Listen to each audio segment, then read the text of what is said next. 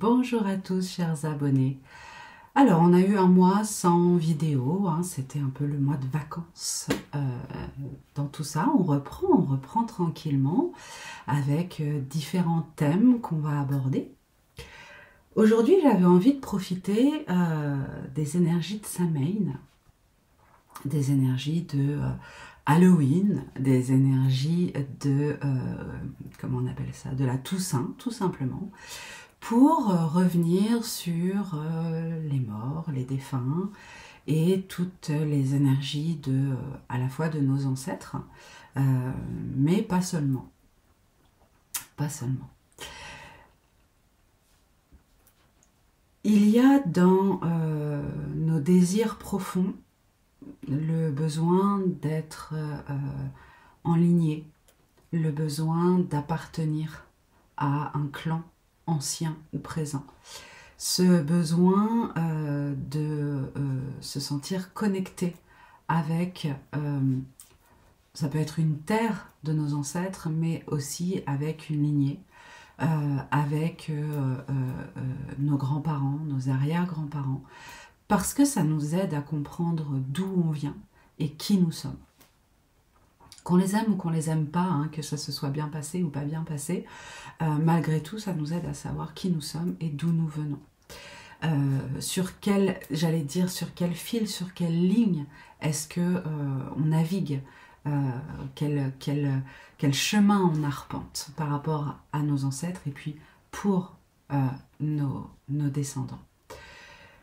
Et ce moment de l'année, il est important parce qu'il nous reconnecte avec cette énergie-là. Donc il se passe beaucoup de choses dans cette énergie de la Toussaint, dans cette énergie du 31 octobre, où il y a des vibrations. Alors déjà, c'est le moment de l'année, hein, vous le savez, où le voile est le plus fin entre les mondes, entre le monde des vivants et le monde des morts. C'est un moment qui est extrêmement protégé énergétiquement aussi, justement parce que le voile se lève et que c'est le moment de l'année où il est le plus facile de faire une reconnexion avec ses ancêtres, les défunts de la famille qui sont décédés. Les défunts décédés, c'est un petit peu redondant, mais voilà. Donc, cette période-là, énergétiquement, elle nous travaille énormément. Alors, on va aller voir ensemble tout ce qu'elle va venir travailler et puis comment on peut l'utiliser pour, à bon escient, d'une certaine manière, on va dire ça comme ça. Alors déjà, dans l'énergie, la première chose, c'est que on passe de l'énergie du soleil à l'énergie de la nuit. L'énergie du jour à l'énergie de la nuit, de l'énergie de vie à l'énergie de mort. Cette énergie qui va durer jusqu'au solstice d'hiver, où on va, au contraire, là, fêter la lumière, le retour de la lumière, le retour du soleil. Donc, on a une période entre le 31 et le 21 où on est vraiment dans notre... On se met dans notre grotte.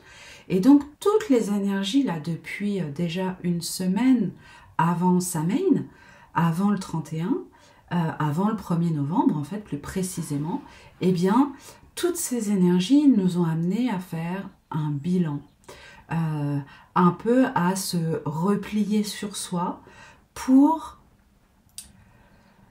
faire le point sur ce qui est à laisser de côté dans l'ancien, ce qu'on ne veut plus, de façon à pouvoir méditer dessus dans cette période nocturne, dans cette période de nuit, pour ensuite repartir sur des énergies de renaissance et quelle est la nouvelle énergie que je vais vouloir mettre en place. Donc, on a vraiment dans cette énergie, il peut y avoir beaucoup d'émotions, beaucoup de la colère sur certaines choses, de la tristesse sur d'autres, mais pas comme avant. Pas une colère explosive, pas une tristesse forcément explosive non plus. Quelque chose qui va être beaucoup plus intériorisé. Une colère qui va être comprise. et qu'on ne va plus vouloir nourrir. Une tristesse qui va être, alors ça va pas être de la résignation, mais qui va quelque part être comprise aussi, mais dans le système de guérison. Et donc, comme un apaisement de ça. On va commencer vraiment à lâcher des choses qui ne nous sont plus utiles, en fait. Et abandonner comme des couches, des manteaux de soie, par des réflexions. Moi j'ai vraiment cette carte de l'ermite qui va aller faire sa rétrospective et sa méditation sur soi pendant un mois ou deux, de façon à bien mûrir ce qui s'est passé. Donc ça, dans l'énergie, alors en plus cette année on a une pleine lune avec éclipse de lune, etc. etc. Pleine lune de sang d'ailleurs, je crois qu'on appelle ça comme ça. Donc on a une énergie qui est exacerbée cette année. Cette année c'est exacerbé par rapport aux autres années, même si chaque année on sent que cette période elle est fragile. On sent que dans cette période il ne faut pas forcer. Quand on arrive sur le mois d'octobre, de la mi-octobre jusqu'à début novembre, c'est vraiment 15 jours où on doit se coucouner, où on ne doit pas forcer dans les émotions, forcer dans les volontés, forcer dans les énergies. Il y a dans ce principe énergétique une notion de vider les choses, d'abandonner, de lâcher prise. C'est vraiment la période pour moi la plus propice au lâcher prise, la plus propice à la remise en question, la plus propice au vœu aussi de se départir. Je fais le vœu de me départir.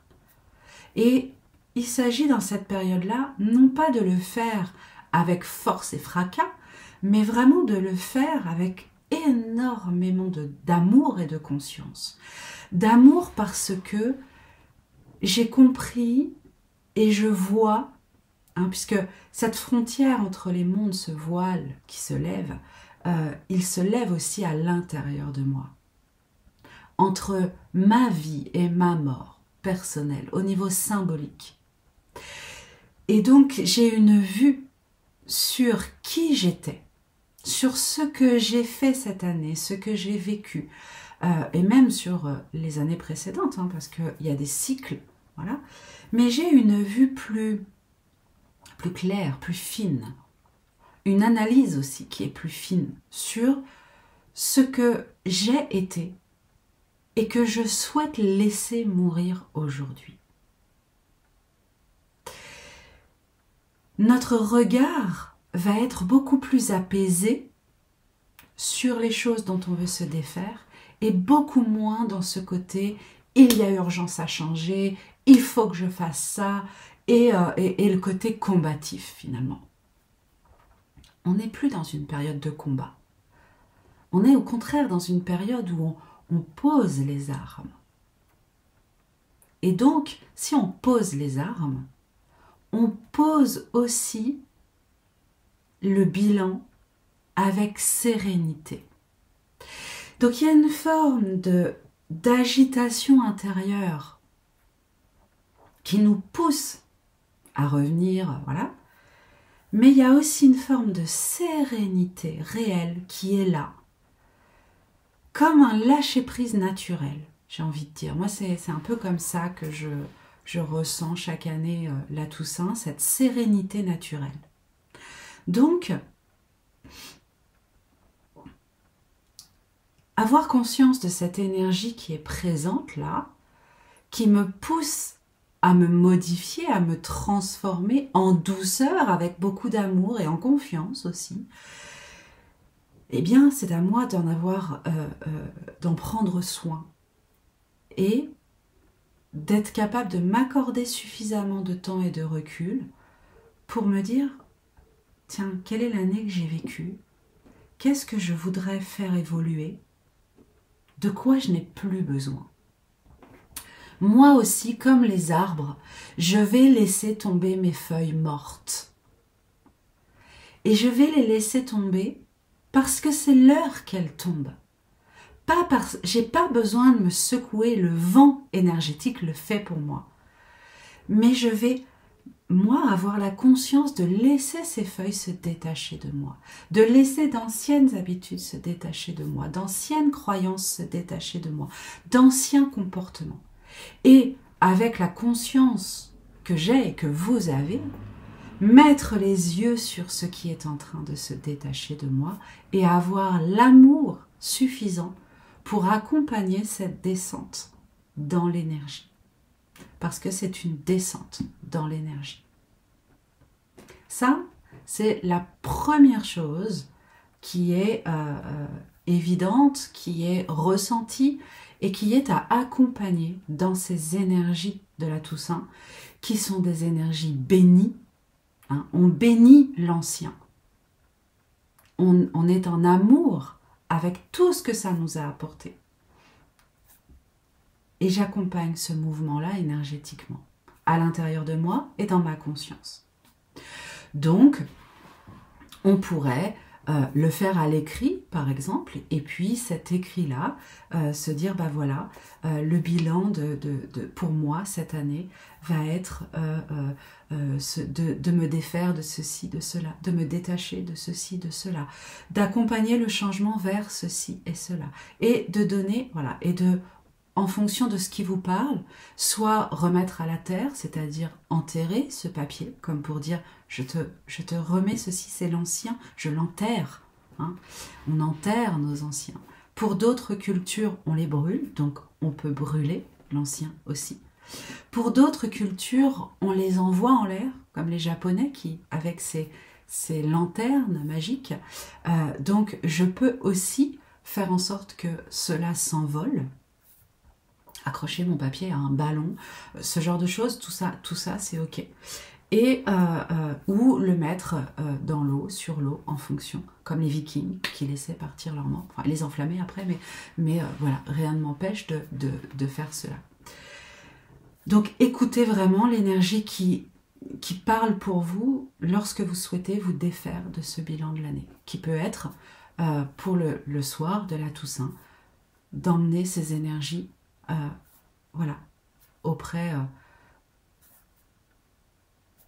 du passé, comme on dit, ou auprès de vos disparus, de votre lignée. Alors, autre énergie qui est là dans cette Toussaint, qui est l'énergie, ce dont je vous parlais tout à l'heure, de l'énergie de nos ancêtres, de nos défunts. Souvent, la Toussaint, c'est des moments où on entend beaucoup plus craquer les maisons, où on sent la présence de nos parents, nos grands-parents, nos ancêtres, nos défunts à nous. Alors d'autres défunts aussi, hein, mais principalement nos défunts à nous. Une période où on se sent pas forcément seul, mais vraiment accompagné énergétiquement. Et donc c'est le moment où le voile entre les mondes est le plus fin. Le moment où il y a cette possibilité de communiquer et de communier.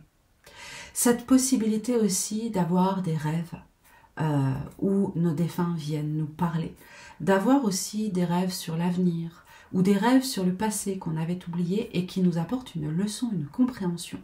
C'est le moment où souvent des secrets de famille se révèlent.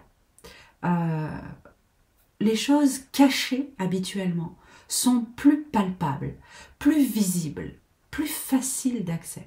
Donc c'est un moment à la Toussaint, le soir du 31, où vous pouvez vous sentir beaucoup plus en lien avec vos ancêtres.